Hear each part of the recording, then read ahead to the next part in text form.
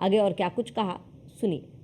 2024 की रण अब पूर्वांचल तरफ बढ़ता हो जा रहा है। कहते हैं कि दिल्ली का तख्त अगर आपको काबिज करना है तो उत्तर प्रदेश रहेगा, उत्तर प्रदेश अगर आपको जीतना है तो आपको पूर्व जीतना होगा। हमारे साथ आज बात करने के लिए मौजूद है उत्तर प्रदेश में बलिया से भारतीय जनता पार्टी के प्रत्याशी नीरज शेखर जी। नीरज जी, बहुत बहुत स्वागत है न्यूज ऑन इंडिया पे। कैंपेनिंग का समय है, एकदम पीक पे आप लोग का चुनाव देख रहे हैं, कैसे देखते हैं बलिया का चुनाव इस बार? नहीं, बलिया हर चुनाव एक जैसा होता है। लेकिन आज इस बार मोदी जी की वजह से पूरे देश में एक लहर तो नहीं कहेंगे, सुनामी है पूरे, और वही स्थिति बलिया में भी है। हम लोग पिछले एक सवा महीने से लगातार घूम रहे हैं और ऐसा लगता है कि सब लोग ने इस बार मन बनाया मोदी जी को तीसरी बार प्रधानमंत्री बनाना। इंडी गठबंधन राहुल और अखिलेश एकदम साथ में आए हैं, एक बार फिर से 2019 में बुआ भतीजी की जुड़ी थी। कितनी चुनौती देखते हैं पूर्वांचल में? साथी आ गए हैं, नई परिस्थितियां हैं और ये मोदी जी का चुनाव, और इसमें मुझे पूरा भरोसा है कि पूर्वांचल में इस बार मेरे को तो नहीं, अभी तो नहीं दिखाई दे रही कोई सीट विपक्ष जीत रही है, लेकिन जहां तक पहले भी ये लोग साथ आए हैं, 17 में साथ थे, 19 में सपा बसपा साथ थी, आपको परिणाम याद होंगे।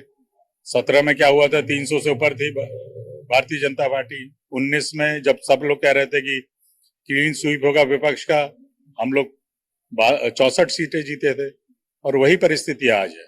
हम लोग ऐसी परिस्थितियां बन रही हैं कि 80 की 80 सीट जीत सकते हैं इस बार लोकसभा। आपके ओपिनियन है सनातन पांडे, उनका एक विवादित बयान भी आया, आपने देखा होगा सोशल मीडिया पे, किस तरह से आ रहा है, किस तरह से देखते हैं कि आप इस पॉलिटिकल कैंपेनिंग के बीच में ऐसा आने चाहिए कोई? ये तो मैं अपना व्यक्तिगत मामला है, मैं कभी किसी पे कोई व्यक्तिगत टिप्पणी भी नहीं कर सकता और ऐसे बयान भी नहीं दे सकता। मैं तो उनसे अनुरोध करूंगा, सबको मानसिक संतुलन आराम से रहना चाहिए, सबको बना के रखना चाहिए और शांतिपूर्वक चुनाव लड़ना चाहिए। तो लोकतंत्र की यही तो खूबसूरती है कि आराम से सब लोग रहें, अपना विचारधारा और अपने विचार, अपने जो मैनिफेस्टो है, संकल्प पत्र है, वो आप लोगों तक पहुंचाइए और लोग तय करेंगे कि कौन किसको चुनना है, किसको नहीं चुनना है।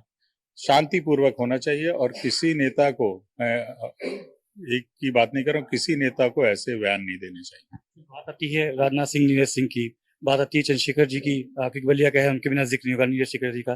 पर विरासत की सीटों की अगर बात करेंगे तो मैनपुरी का जिक्र नहीं आएगा, आजमगढ़ का जिक्र नहीं आएगा, वहां पे परिवारवाद को दिया जाता है।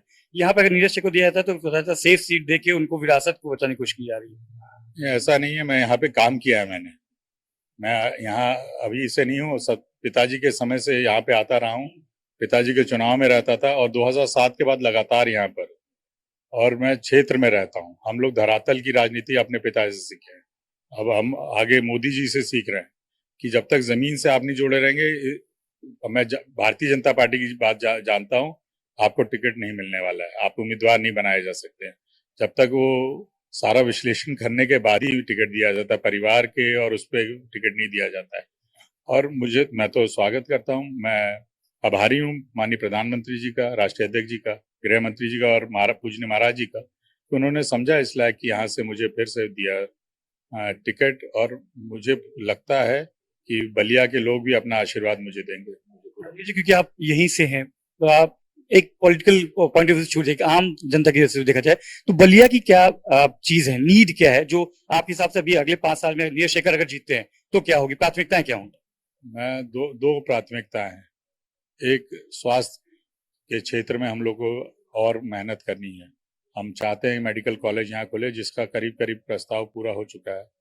चुनाव के बाद सबसे बड़ा अगर ये होगा तो मेडिकल कॉलेज। दूसरा, उद्योग यहाँ लगे, लोग हमारे जो नौजवान साथी हैं उनको रोजगार यहाँ मिल सके जो बाहर जाते हैं, तो सबसे बड़ी उपलब्धि मेरे को लगता है मेरी वही होगी। और हमारी पार्टी के, और कल माननीय प्रधानमंत्री जी ने बोला कि अब पूर्वांचल की तरफ देखा जाएगा, पूर्वांचल पे फोकस होगा, उसको विकास धारा से और ज्यादा जोड़ा जाएगा। विकास हो रहा है लेकिन और गति, मतलब यहाँ पर उद्योग आए, रोजगार यहाँ मिले, सबसे बड़ी उपलब्धि वही होगी। बहुत इंपॉर्टेंट होता है कि उत्तर प्रदेश माना जाता है कि दिल्ली पे काबिज होना उत्तर प्रदेश रास्ता है, पूर्वांचल उसमें सबसे मैंडेट होता है।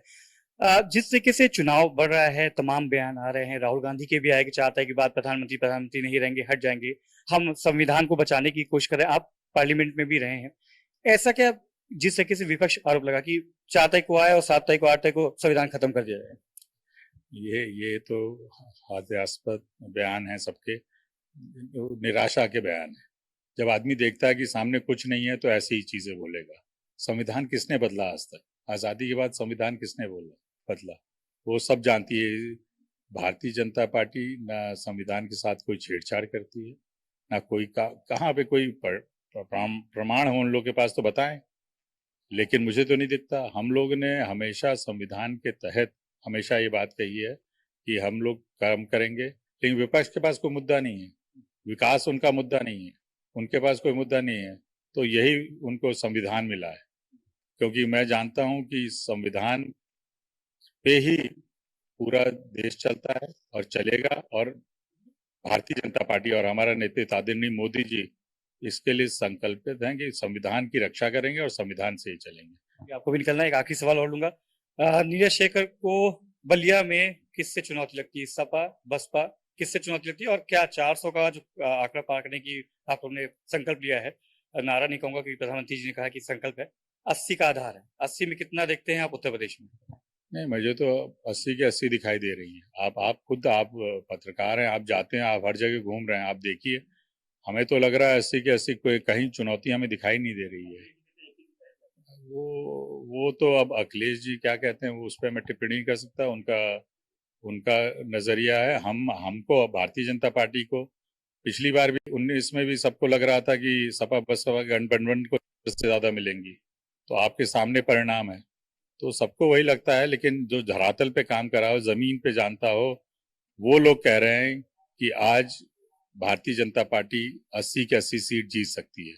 और ये प्रमाण के साथ सब लोग बात कर रहे हैं, ऐसे नहीं कि हवा में बात हो रही है, प्रमाण के साथ। तो मुझे लगता है कि भारतीय जनता पार्टी इस बार जो एनडीए का गठबंधन है 400 पार कर सकता है। 300 पार का 9 में दिया था, 19 में तो पार हुआ था। लोग कह रहे थे, ये भी मजाक समझ रहे थे। इस बार 400 पार होगा और हम लोग बहुत अच्छा कर रहे हैं दक्षिण भारत में भी। हमारे वहाँ मित्र हैं, सबका जो आ रहा है, उड़ीसा बंगाल की जो रिपोर्ट आ रही है, आप देखेंगे चौंकाने वाले परिणाम होंगे। चुनौती मैंने एक पूछा था कि यहाँ किसी की चुनौती मानते हैं सपा बसपा? चुनौती, चुनाव तो एक चुनौती है ही है। अब कौन है हमारे सामने, मैं तो वो देख ही नहीं रहा। हम लोग अपने काम कर रहे हैं। हमारा जो है लोगों तक पहुंचना, लोगों से अपनी बात करना। हमने जो 10 साल में काम किए हैं, माननीय प्रधानमंत्री जी के नेतृत्व में जो विकास के काम हुए 10 साल में, वो लोगों तक पहुंचाना।